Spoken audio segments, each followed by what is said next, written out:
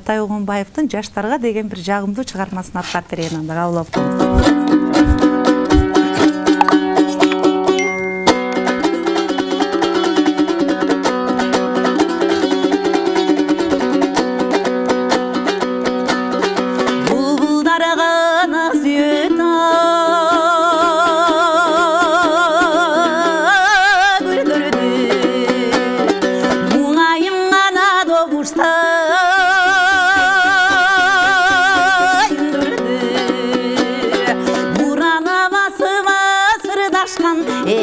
Мындай мукам ушайын үндүрдүң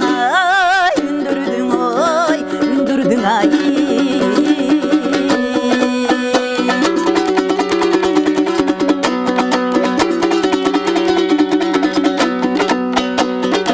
ойноп бери гана күлгөндө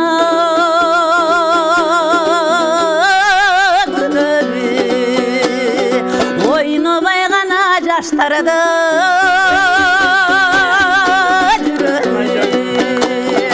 оюнда сырынан айтсам деп жаштын ошондо боло